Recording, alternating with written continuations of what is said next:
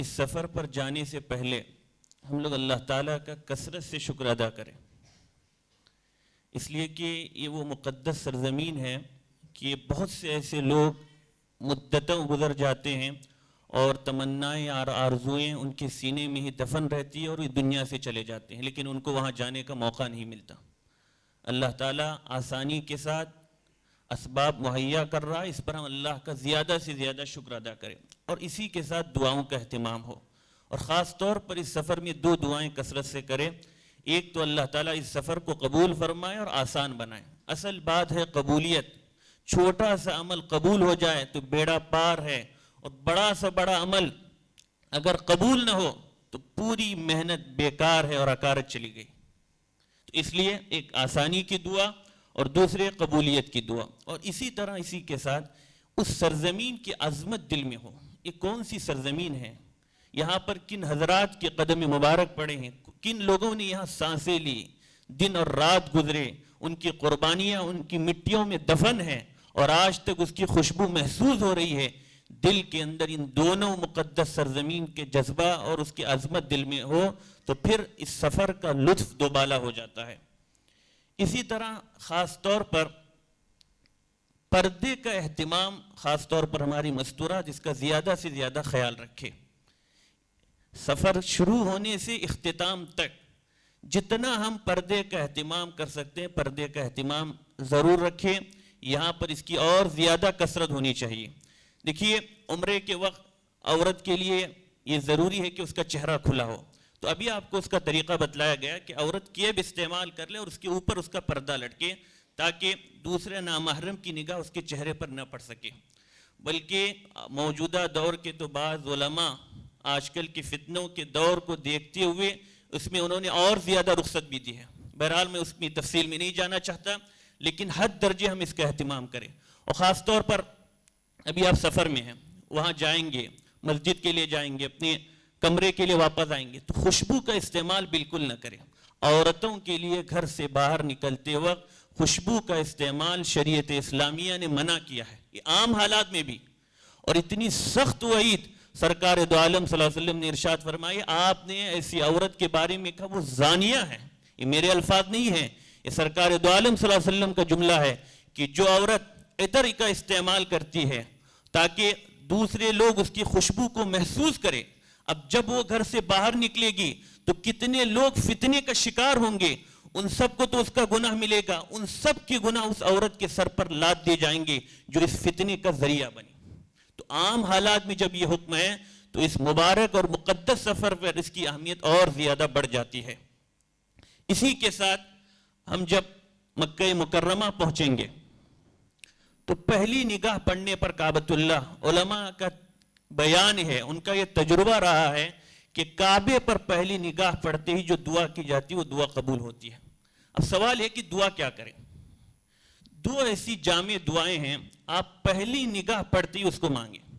سب سے پہلی دعا یہ ہے، اے اللہ جتنی دعائیں میں نے اس سے پہلے کی ہے اور جتنی دعائیں میں اس کے بعد کروں گا، اللہ ان سب دعاؤں کو قبول فرما۔ زندگی بھر کا حاصل اس ایک جملے کے اندر آ گیا۔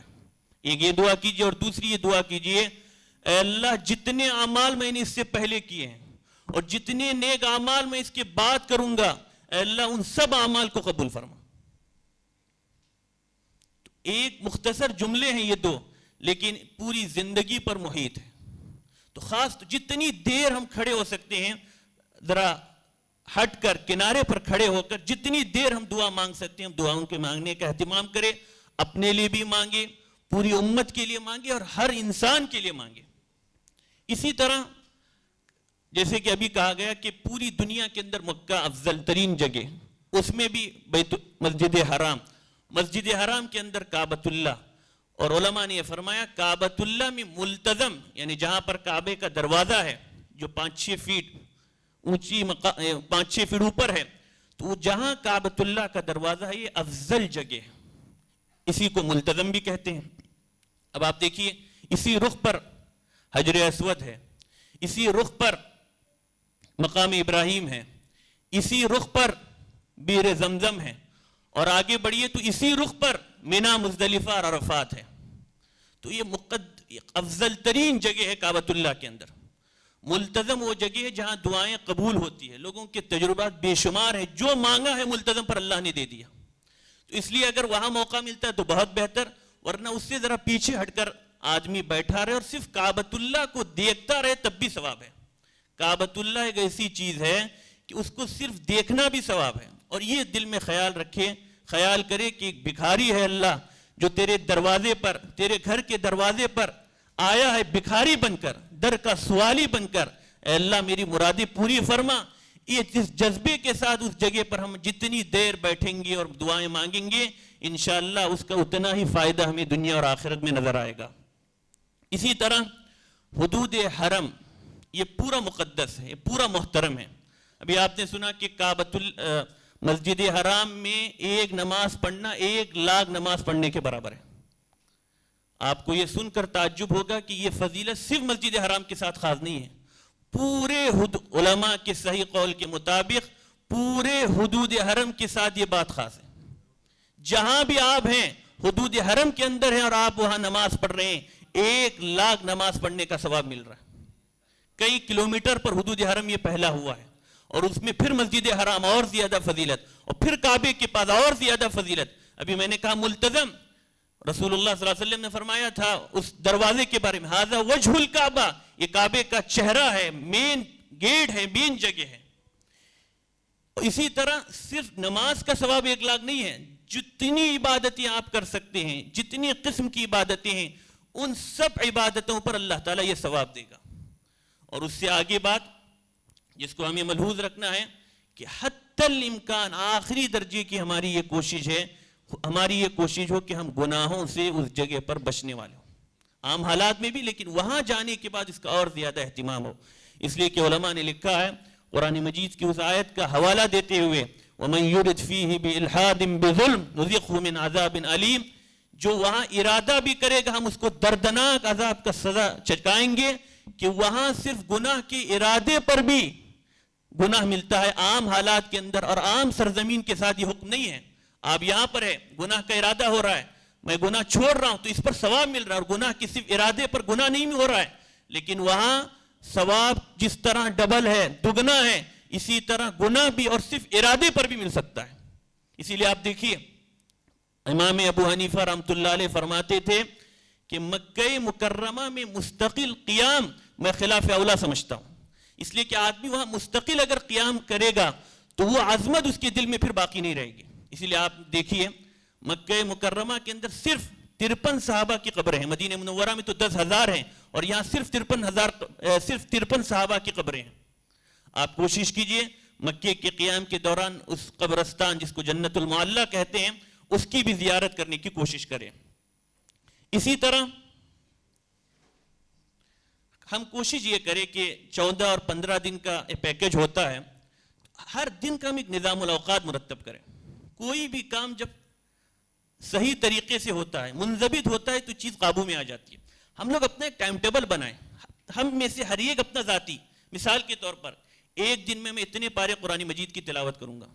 آپ 15 دن وہاں رہیں گے تو اگر دن کے اندر 2 پارے بھی پڑھ رہے ہیں تو یہ قرآن مکمل ہو جائے گا. 4 پاروں کا اہتمام ہوگا تو 2 قرآن مکمل ہو جائیں گے. تو اپنا ایک ٹائم ٹیبل بنائیں, آج ہر دن میں اتنی پارے کی انشاءاللہ میں تلاوت کروں گا. دوسرے, نماز جماعت کے ساتھ سنتوں کے ساتھ میں ادا کروں گا. اور اس کے علاوہ تہجد کی سنت ہے, اشراق ہے, چاشت ہے, اوابین ہے. میں اپنے شہر میں تو نہیں پڑھتا یا پڑھ نہیں سکتا یا کچھ بھی ہو, لیکن وہاں گئے ہی ہم اسی مقصد کے لیے, تو اس کے اندر کوتاہی بالکل نہ ہو. اسی طرح ذکر اور اذکار, میں اتنا ذکر کروں گا, اتنی مرتبہ میں درود شریف پڑھوں گا, سوم کلمہ کا اہتمام کروں گا, استغفار کا اہتمام کروں گا. اسی طرح صدقہ ہے, میں اتنے روپے روزانہ, اتنے ریال روزانہ ضرور صدقہ کروں گا. اب ان سب اعمال کے اجر جو ہے بڑھا چڑھا کر دیے جا رہے ہیں کہ آدمی اس کا تصور نہیں کر سکتا. دنیا کی اس فانی زندگی میں, دنیا کی اس محدود زندگی میں ہم اس کا تصور نہیں کر سکتے کہ اللہ تعالیٰ ان چیزوں پر اپنے کتنا دینے والے ہیں. اسی طرح فضول باتوں سے بھی ہم اپنے آپ کو وہاں بچائیں. اکثر ہوتا یہ ہے کہ 4 لوگ مل جاتے تو فضول باتیں شروع ہو جاتی ہیں. بہت سے فضول کا, مثال کے طور پر طواف کر رہے ہیں اور وہاں سیلفی لے رہے ہیں.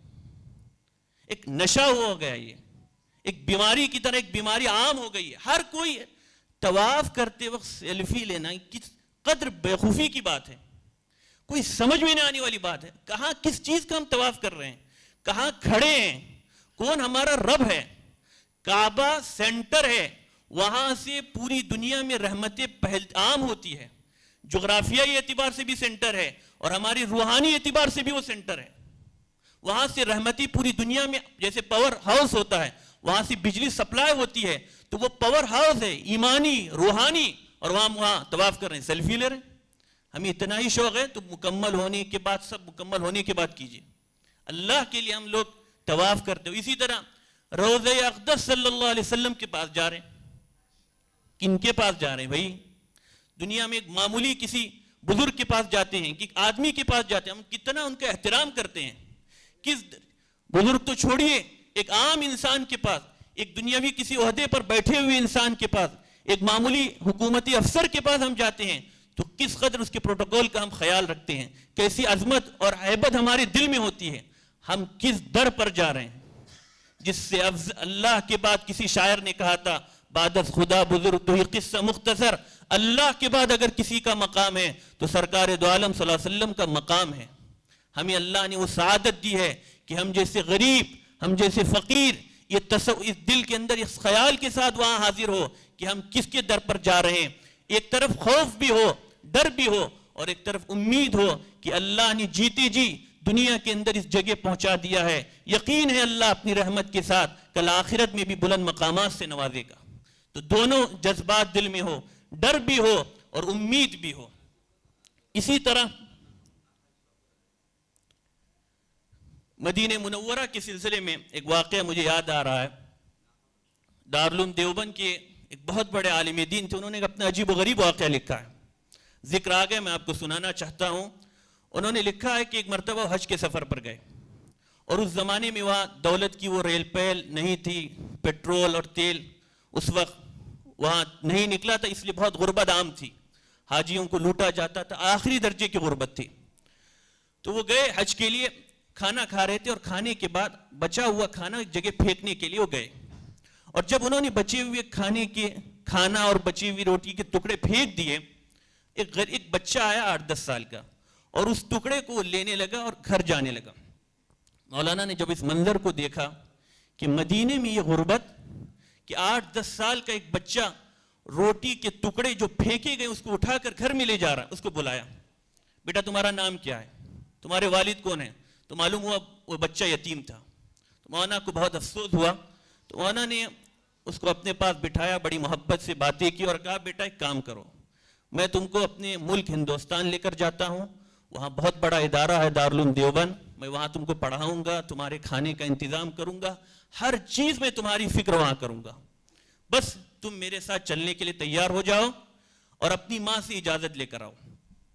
بچہ گیا اپنی ماں سے اجازت لینے کے، ماں ویسے ہی مجبور تھی، 2 وقت کے کھانے کے لیے بڑی مشکل سے گزر ہو رہا تھا. ماں نے فوراً اجازت دے دی. اب بچہ آیا، آنے کے بعد پوچھنے لگا آپ کے ہندوستان میں کیا ملے گا، فلاں چیز ملے گی، فلاں چیز ملے گی. مولانا نے کہا بیٹا سب ملے گا. اب بالکل جب جانے کا وقت آیا تو انہوں نے خود اپنا یہ واقعہ بیان کیا کہ بالکل جب جانے کا وقت آیا تو اس بچے نے عجیب و غریب سوال کیا. اس نے روضہ اطہر کی طرف اشارہ کیا اور کہا کہ مولانا صاحب آپ کے ہندوستان میں سب ملے گا، کیا وہاں پر یہ روضہ بھی ملے گا؟ مولانا کہتے ہیں کہ یہ کہنا تھا میرے آنکھوں سے آنسو نکل گئے اور کہا بیٹا وہاں سب کچھ ملے گا، یہ روضہ وہاں نہیں ملے گا. اتنا سننا تھا، وہ بچہ چیخ مار کر دوڑنے لگا کہ وہاں اگر یہ روضہ نہیں ہے تو مجھے کچھ نہیں چاہیے، میں یہی رہوں گا. یہ ہے وہ روضہ، وہ ہے وہ روضہ اقدس، یہ ہے وہ ذات. صرف محبت، سچی محبت انسان کو کہاں سے کہاں پہنچا سکتی ہے. یہ عظمت ہو، یہ محبت ہو. اسی کے ساتھ میں اپنی بات اختتام کرتے ہوئے آخری بات جو کہنا چاہوں گا کہ عمرہ ہو یا حج ہو، ہم لوگ مسائل علماء سے پوچھ کر حل کریں. اکثر یہ ہو بعض چھوٹے چھوٹے مسائل ذہن میں نہ رہنے، یاد نہ رہنے یا مستحضر نہ رہنے کی وجہ سے غلط ہو جاتے ہیں. ایک چھوٹی سی مثال دیتا ہوں میں. جب ہم لوگ مکے سے نکلنے کا ارادہ کریں تو طواف وداع ضرور کریں.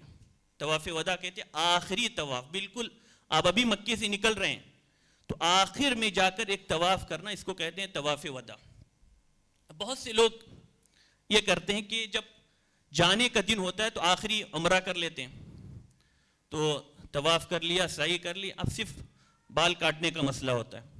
تو بہت سے لوگوں نے اب پھر باہر جانا، پھر اندر آنا، پھر اندر آنے کے بعد اجازت ملے گی یا نہیں، تو یہ کرتے ہیں 3 رکن ہو گئے عمرے کے، تو 4تھا رکن ابھی باقی ہے، وہ چلے جاتے ہیں کہ طواف وداع کر لو، پھر وہاں سے فوراً میں مکے سے نکل جاؤں گا۔ ابھی ایک مسئلہ یہاں یاد رکھیے، دیکھنے میں معمولی مسئلہ ہے، آپ کا طواف وداع نہیں ہوا، کیوں؟ عمرے کے 4 ارکان جب تک مکمل نہیں ہوں گے آپ طواف وداع نہیں کر سکتے۔ اب کیا کرنا چاہیے؟ آسان حل یہ ہے کہ قینچی رکھیے، 2-3 بال نکالیے، طواف وداع کیجیے، پھر باہر جا کر مکمل سر مڑائیے، پھر مکے سے نکل جائیے۔ تو اب دیکھیے، دیکھنے میں معمولی مسئلہ ہے، اب آدمی اکثر یہ غلطی ہوتی ہے، اکثر آدمی صحیح کے بعد سیدھے چلے جاتے ہیں طواف وداع کرنے کے لیے۔ ارے آسانی ہے نا، پھر باہر جانا، اندر آنا، پھر وہاں چھوڑے نہ چھوڑے، جھنجھٹ نہیں، مسائل ہی نہیں، لیکن طواف وداع نہیں ہو رہا ہے۔ وہ مکمل جب تک عمرے کے ارکان نہ ہو طواف وداع اس وقت تک نہیں ہو سکتا۔ اس طرح اور بہت سے چھوٹے چھوٹے مسائل ہیں، تو ان چیزوں کا ہم خیال رکھیں اور ہر جگہ پر وہاں دعاؤں کا اہتمام کریں، بالخصوص کعبے پر پہلی نگاہ پڑنے کے بعد زمزم کا پانی پیتے وقت، ماء زمزم لما شرب لہ، جس مقصد کے لیے زمزم کا پانی پیا جاتا ہے وہ مقصد انشاءاللہ حاصل ہوگا۔ تو ہر مرتبہ ہم لوگ زمزم کا پانی پیے، اس وقت اسی نیت سے پیے کہ انشاءاللہ میں دعا کروں گا، اور اس دعا انشاءاللہ وہ دعا اللہ کی بارگاہ میں قبول ہوگی۔ یہ چند باتیں تھی جو آپ حضرات کی خدمت میں عرض کی گئی۔ اللہ تعالیٰ ان باتوں پر مجھے بھی عمل کرنے کی توفیق عطا فرمائے اور آپ کو بھی توفیق عطا فرمائے۔